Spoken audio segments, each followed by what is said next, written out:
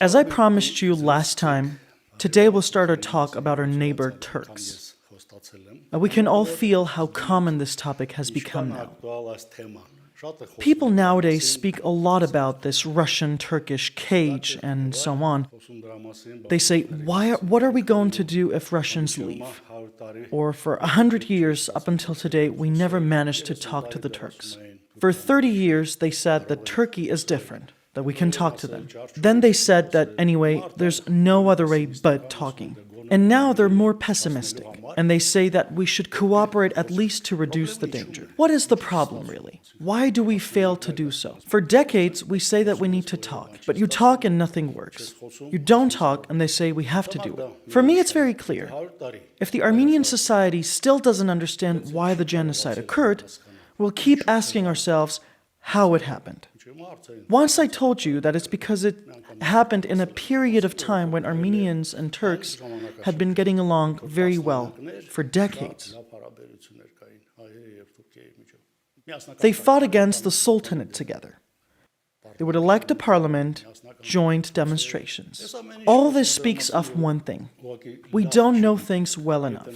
If only we had studied the problem properly for decades, to see who we have to deal with. Who do they deal with? Who do we interact with if we want to look at ourselves?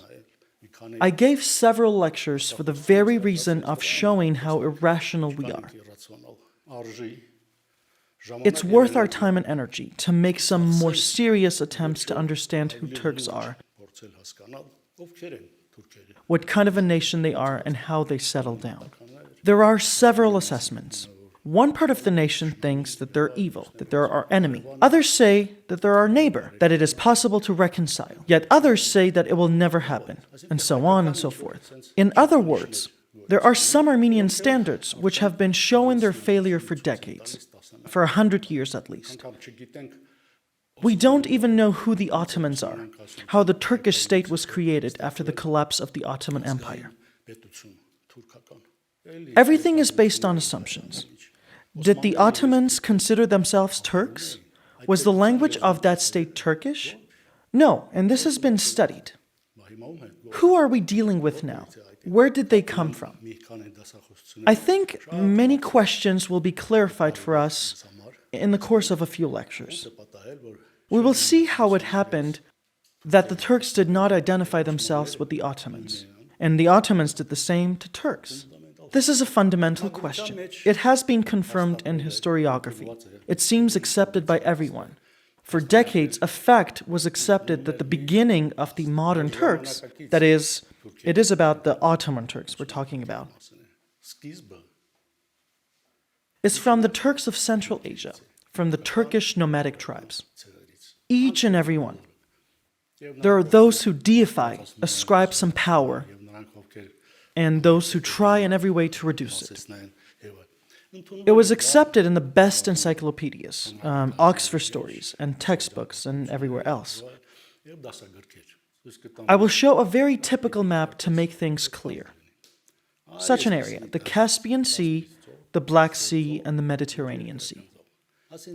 So in the 11th to the 12th centuries, a map of such a great giant state called the Seljuk Sultanate was drawn.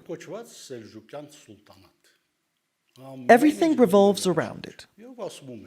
It is said that the Sultanate was created by nomadic tribes that penetrated from the eastern part of the Caspian Sea.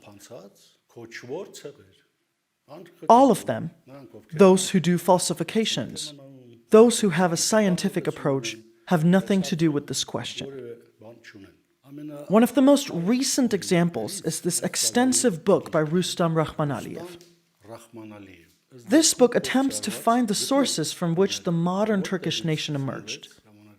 Well, it is natural that he himself, having Turkish origins, by the way, they are right, they differentiate, call the Turks Ottoman Turks, and those general nomadic peoples who were at the core are called the Turkic peoples. Everyone follows this, so that they can differentiate what they're talking about. The nomadic tribes of Altai, Siberia, Central Asia, and various other regions are called the Turkic people. Now, what is right and wrong here? If nomadic tribes penetrated from those areas, as it is said and as our historians write, the hordes came to Ani, Kars, passed through Erzurum, looted, destroyed some sort of nomadic tribes. Last time, when I was talking of the history of the 11th through the 12th centuries and even the 13th century, I hinted that one should be very careful. If it's said somewhere that there was some movement from nomadic tribes, perhaps the most correct question is who invited them? They try to tell some complex stories and give descriptions. How does it happen that, I don't know, hundreds of thousands of kilometers away, some nomads get up on their feet and attack developed cities? And they describe them as powerful armies. I don't know, armed with the latest weapons. The same thing goes on all the time. And the weakest point is in this very book, in which he was a very knowledgeable person, by the way, but since he set himself the task of showing that it comes from power, that is through some special qualities, that such armies, such movements appear, the weakest point is justification. As soon as it comes to the most important points, you already see that he himself doesn't know what to do. But the goal was to show that this process has been going on for 3,000 years.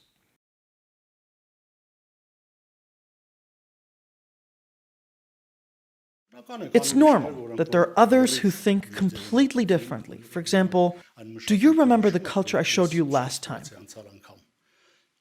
That culture itself, even outside Armenia, far to the east, the territory of Iran, is a very complex thing, and not many can understand what sort of a culture, what sort of a society it is. Up until today. In other words, unable to answer a simple question, whose culture is this? They already started looking for answers somewhere in politics, in the political sphere, to see who they are.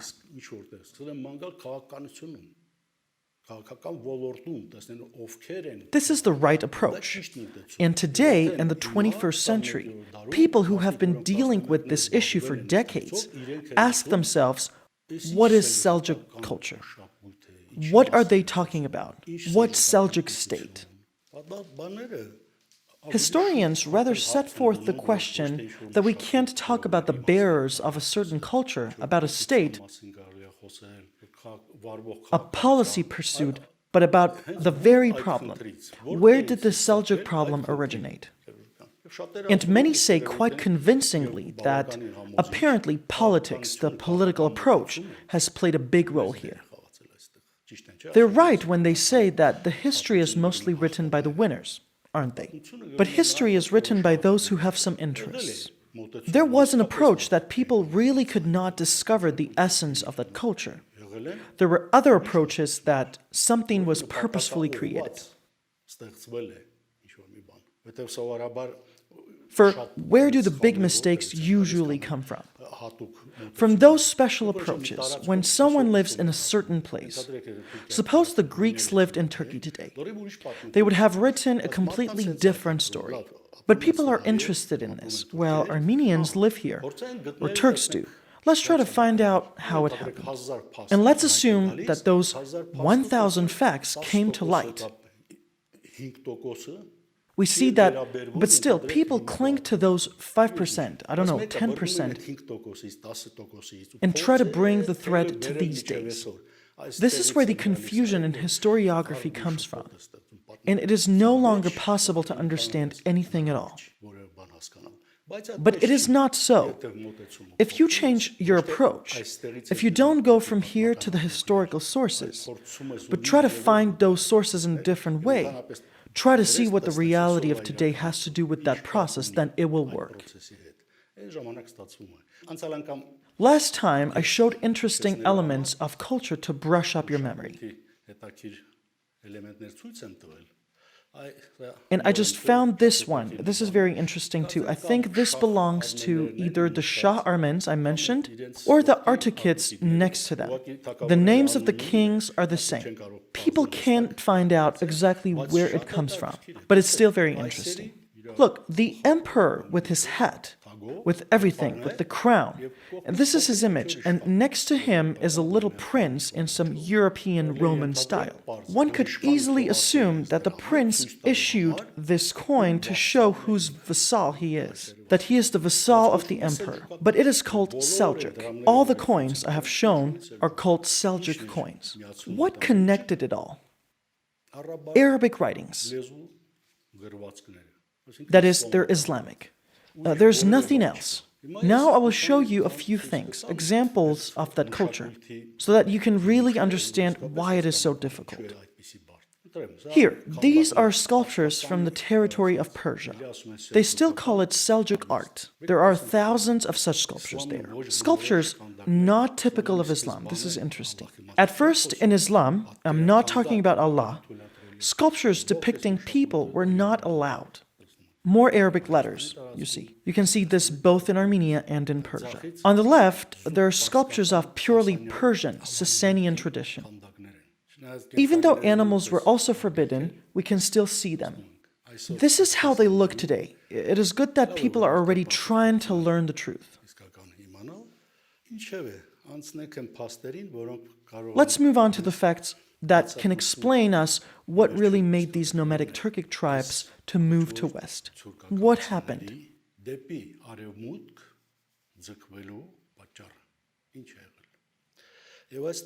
And here we are dealing with quite well-studied facts, that is the Arab Caliphate, which was one of the two empires, Byzantium and the Caliphate, were for centuries the central processes of the world. The political processes had unfolded. There had been a great crisis since the beginning of the 9th century in the Arab Caliphate, related to the army. The basis of the empire is the army. For centuries, they were able to maintain an army that could solve their problems. From the 9th century onwards, new problems began. There are chronicles where it is talked about. Historians try to find out what was the reason for this. Various reasons are given. But the fact is that these soldiers, with the contingents with which they formed the army, stopped working. What was the reason for this? Were they rebelling? They were mainly Iranians who converted to Islam. They were called Khorasanis. The Arabs were not effective. For some reason, they were very divided. That caliphate itself was not very unified of anything. Constant divisions. And Egypt had established a caliphate for itself. Before that, there was one in Sia, then it moved to Baghdad, and so on. In fact, in those processes, it happened that the only effective element was the nomadic peoples, because they were taken out of their territory. They were taken out by force. No one brought them, say, to army, gave them any money or anything. There are good descriptions, including these great falsifications and stuff, in very great detail. Tribes were massacred. Young people were taken prisoners. See what an interesting thing this was. Now let me bring an example to make it clear why this is so serious. How did the black people appear in America in some other centuries? The white people discovered America. The white people conquered America with powerful ships. How did those black people appear there? We all know they were taken there as slaves. They went to Africa. They also massacred those tribes in front of their eyes so that they would not look back. Took women and men, brought them to America, gave them the status of slaves, and a corresponding social and economic life was already manifested. Something similar happened here, you see. They enslaved and brought only men. This is really interesting. The only difference is that no Turkic woman has set foot in this area. It's very important for our future conversations. They described this in detail very well too. Then they started doing this in an organized way.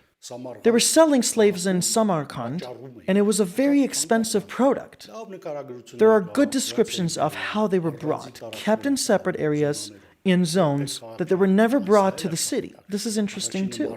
Firstly, People lost everything there. They came to this area. And secondly, they were used to nomadic life already. There was no need for barracks or for cities. They lived in this huge area the way they did before. They would arm and train them. It is really well described here. In the first year, they were trained this way. In the second year, the other way. In the third year, they were already given clothes. In the fourth year, they were given weapons. I don't know. In the 10th year, they were already given the title of Amid. Amid was called the commander of those slave troops, the one responsible for them. They were not allowed to communicate with other people or other nations. They were taught a special language so that state officials could go and talk to those Turkish troops. Finally, a new model of creating armies was found. Historians say that different things are said about this model that did not really last very long, because they rebelled a lot. A slave is a slave, no matter what you do. There were, of course, uprisings. It's said that they killed several caliphs a century or so after. They had already started to form detachments on their own and provide services. They provided services to anyone. Maybe true, maybe not, because nothing is really clear yet. But what we care about here is the beginning. How did they live with the trophy? It was theirs. If they fought, it would be theirs, including women. This is really interesting, and many can't understand why all those Turkic people, those soldiers, who did not do anything else, were not even allowed to do it. If they didn't need them anymore, they would massacre their remnants. There are those examples. There's also a detailed description. They also brought black people from Africa this way. Egypt, in particular, did it that way. It was enough for the Turkics to suddenly misbehave. There were already military police. They would destroy that army. See how disciplined they were to be able to use a slave like a soldier. But as there was that trophy, it kept many of them calm, because they felt that everything was given to them. You have to conquer. Everything is yours. And women too. This is very interesting. If they got married, everyone got married to a local. Mostly, it is clear, at that time it was practically definite, to Christian women.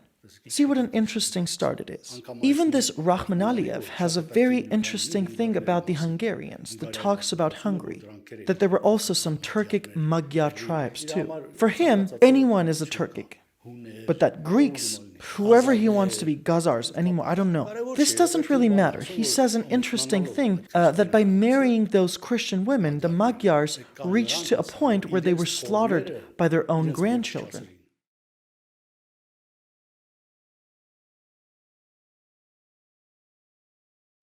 Now, last time we talked about what happened in the 10th and the 11th centuries. This was Byzantium. In the 10th century or so, a map familiar to you. At the beginning of the 11th century, Byzantium began to expand to Armenia and Georgia. This is the border where you can see how far they came. It was at this time that many interesting things initiated by Baghdad started, which at first did not seem to have anything to do with the caliphs. But from 1048, the first Turkish troops began to appear in the territory of Armenia. Some Togrul Beg, who, by the way, is presented as the first sultan of those Seljuks. Who he really was isn't clear, because there are a lot of tangled things presented. But this doesn't really matter. They entered the territory of Armenia, began to rob, and the interesting thing is that both the historians and researchers claim that their goal was robbery. They didn't invade the territory. They came, robbed, massacred, and returned. Thus, until the year 53 and 54, they kept coming and going. Even that same Togrul Beg died. His son, better known as Alp Arslan, came in the year 54. But what happened is really interesting. In 1054, those troops suddenly returned to Baghdad. Let me remind you that in 1054, the religion was divided into Catholicism and Chalcedonicism. It is a very important year indeed. Suddenly, in the same year, weighty political events take place in the Caliphate. As early as the middle of the 10th century, the entire government system of the Caliphate was taken over by a Persian dynasty, the Buyids. They take full control over it. There is a caliph, but the power belongs entirely to the Buyids. And in 1055, The caliph of that time gave the power to that same Turkish army. That same Toğrul Beg, he was the very first. He became sultan in 1055. The sultan is some sort of a prime minister, the head of the office. He brings all those troops, gives the control over them to the caliph, and exterminates those Buids. After a year, the full configuration of forces changes. It is very important to understand how things turned out. Becoming a regular army of the caliphate in 1064, Alp Arslan attacked and took over Ani. We remember how the Byzantine Empire tore Armenia into pieces before that. The power of Ani was abolished in 1045. Some Byzantine administration, in that case the caliphate, came and took over Ani. From here, we come to a tipping point. This is the famous story of that same Manaskert I talked about. Everyone knows this. Here's Manaskert near Van. What was Manaskert? Manaskert was the religious center of Armenia, the monotheistic center. There was no other patriarchdom. And suddenly, the Byzantine emperor personally gathered troops and came to Manaskert to send them back. And the well-known story takes place. He is defeated or taken prisoner. It is said that Turkish army was fighting for Baghdad. No, both from the part of the emperor, Romanos Diogenes, and the other part, thousands of people fought. The Armenians, especially Chalcedonians from one side, and Turks from the other side, also Khazars. In other words, something very obscure happened at a time when you may feel politics dominates. Where can that conclusion be drawn from? The very same Romanos Diogenes was accompanied by his friend Michael Doukas. And many say this is where some betrayal took place. Suddenly, Diogenes' army was destroyed. They shifted to the opposite side. That's why he was taken prisoner. And suddenly, that Turkish army returns to Baghdad. Alp Arslan is killed the next year. A curious thing, why did he come back? This is where we come to the core problem. Romanos Diogenes is killed soon after he returns to Constantinople. The same Michael Doukas becomes the emperor. And what's more interesting, and really makes us take the events of this Manaskert seriously,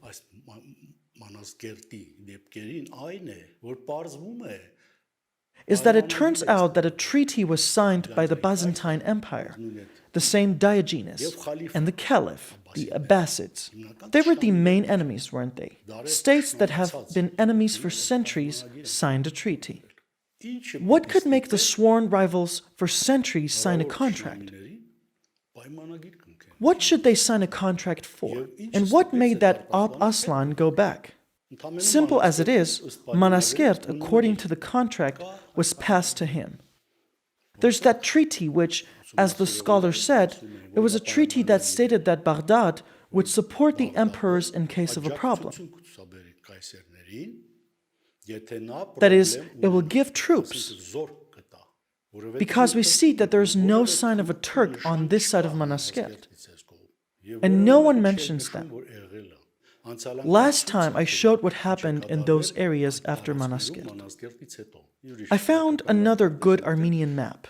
This is how they were divided into these sultanates. Byzantium collapsed. It is interesting at first sight because I showed who was crowning.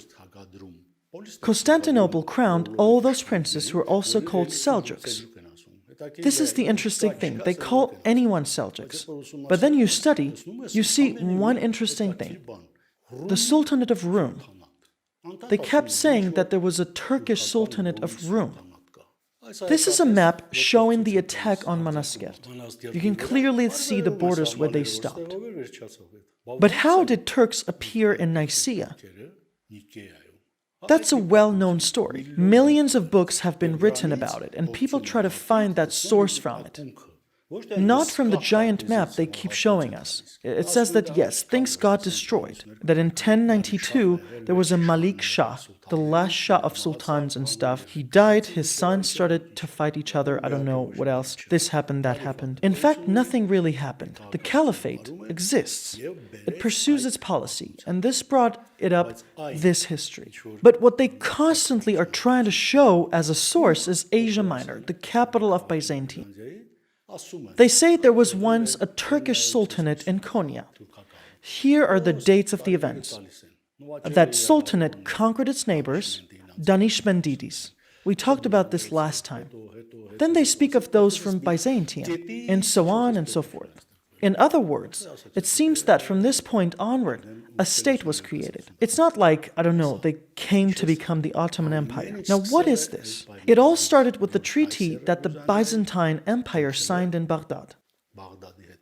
I have shown last time that some kind of border was established since the Manashkert conflict. And here you can clearly see that the Turkish army, specifically Alp Arslan's army, did not go west to Asia Minor. On the contrary, Arslan went back, signing a contract with Romanos Diogenes in advance. This was it. Then how do they talk, write, and study the fact that some army appeared not far from the capital and later a sultanate was established in Konya? You can see all the dates here.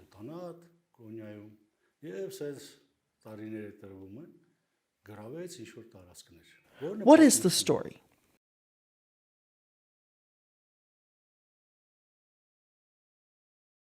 Let's go back to Michael Dukas, who somehow took power and removed Romanos Diogenes. This is where it all started. It's the year 1071, and what happens next? The emperor is not accepted. Various generals start revolts against Dukas. And here are some quite good data about first time Dukas received help according to the 1071 treaty that I mentioned earlier, signed between Byzantium and Caliphate in Manashkert. Troops are sent.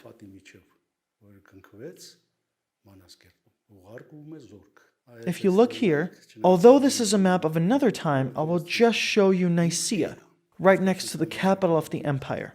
That army is used, and not once, because when the power passes to another emperor, Alexius Komnenos, they extend the contract. It was a 10-year contract, and it gets extended again. And this time, in return for their services, Nicaea is given to them as a residence.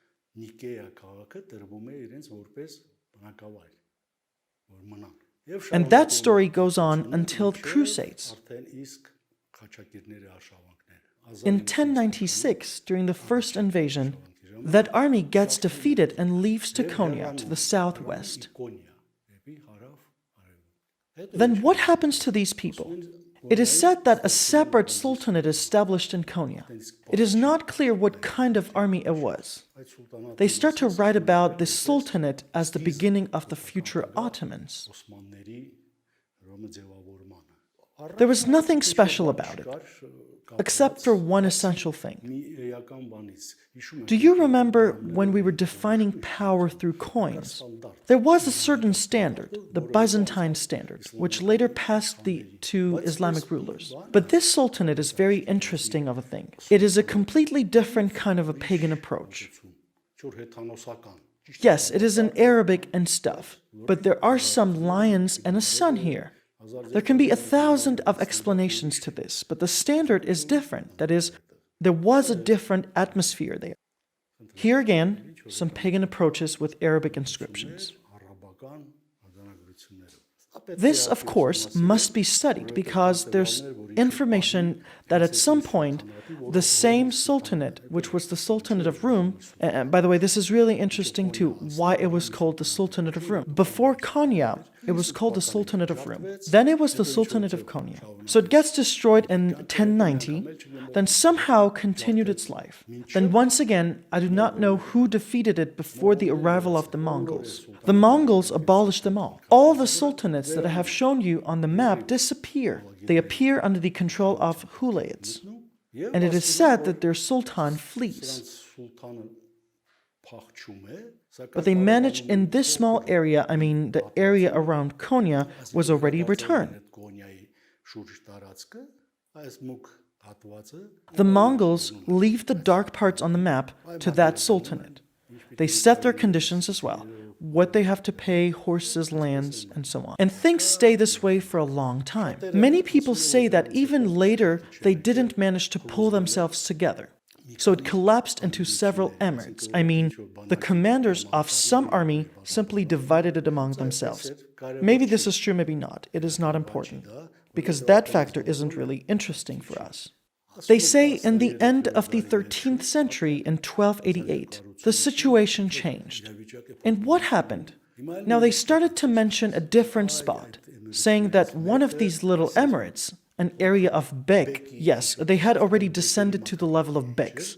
So they say that this is where the Ottoman Empire begins. They've already buried the other one in their heads. Maybe it doesn't matter, but the interesting thing about this approach in general is that they constantly find it from a certain point. See the map? This red part here. They say this huge empire emerged from that little red dot. This was already called Ottoman Beylik. They don't find any proof again. Everything is based on myths, and one doesn't know, as there has already been a Turkic army, another one over it, a prince called Osman, and this Osman already started to expand the area. Here they show widened areas, growing from small to large.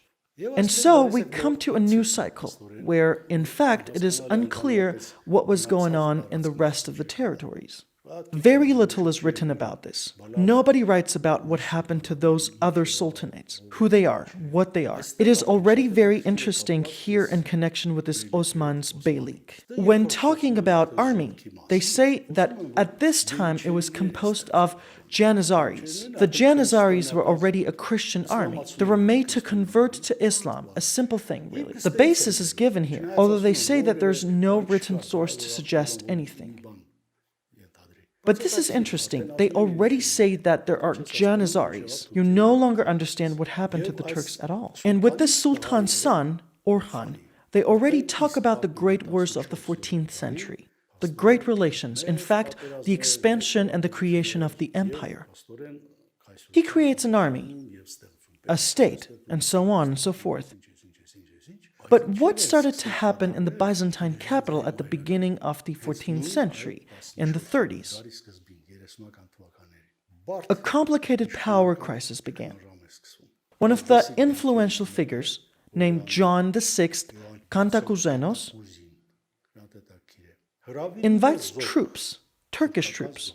But many say that it was this sultan, the one who at that time was already called Orhan, that entered into relations with this emperor and solved all his problems.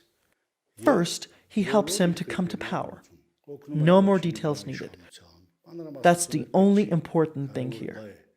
At this time, we already start to see some relations between the Islamic government, and I don't know, it's very hard to describe, and the emperor.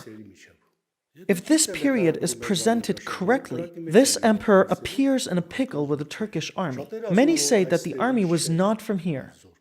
It was brought from the Crimea. Why? Because mainly these troops, in their joint activity, after finishing whatever they had started, began to occupy some territories in the European part of Byzantium.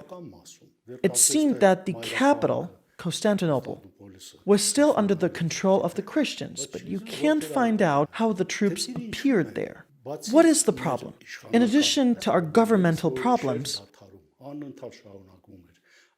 which did not stop, the civil war between the Catholics and Chalcedonians continued. Look what a difficult situation it was, where those troops were constantly pushing themselves in. They brought troops from everywhere and called them Turkic. But then they said that they gathered Christians, and they also said the same about the Rum Sultanate, that they were gathering troops from local Christians, a hot mess. So, of course, the history isn't the way they want us to see it.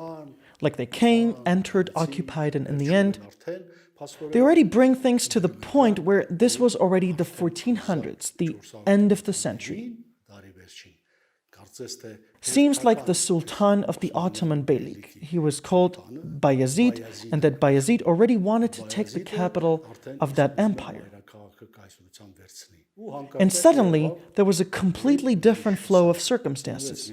A powerful force was born, Tamerlane, or Leng Temer, who had already declared war on the Mongols.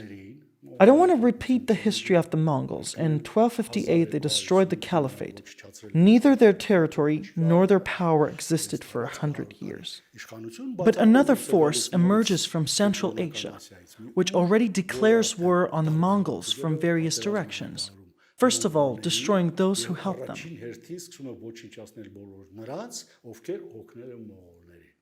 But it's not like all these stopped here. He reached the Ottoman Beylik and destroyed it. With all this happening, the situation changed again. I don't know, he exiled them, killed or what, but again, only ruins remain. In 1453, already the famous Sultan Mehmed II finally took the capital, called it Istanbul, or maybe it was already called so, I don't know. From here, the history of the Ottomans begins. Who were the Ottomans? There are thousands of opinions about this. We'll speak about this later. But the interesting thing was why the Arab world completely took that empire earlier. This is a very interesting question. How did that happen if we really believe in these dubious things? But it does not matter. Islamic rule has been established in Constantinople. Many say that Byzantium was simply converted. But the interesting thing is how it spread like that. Here we return to the basic myth of Islam. They spoke of jihad, right? The basis of Islam was jihad, to destroy the capital of Byzantium, the Second Rome. And see how that myth works. Those who took Constantinople were immediately declared as soldiers of Allah, saying, Muhammad was right, the right time came, Allah sent soldiers, they destroyed Byzantium. And that is why very soon that whole world came under the new empire. This is a very interesting story.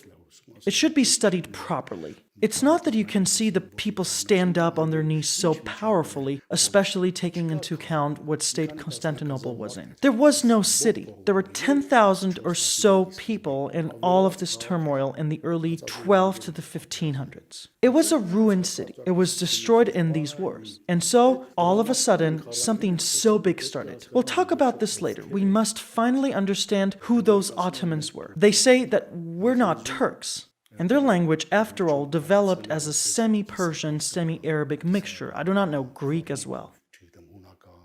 Somehow, that Turkish element was neglected in that empire. A lot is written about it. But what was that? Here we will try to look into details the next time, so to see what consciousness it was. After all these conversations are for us to see who we are dealing with, what brings us to what, to find some links with today, to understand how they think and who the modern Turks are. We will talk about it on a different occasion.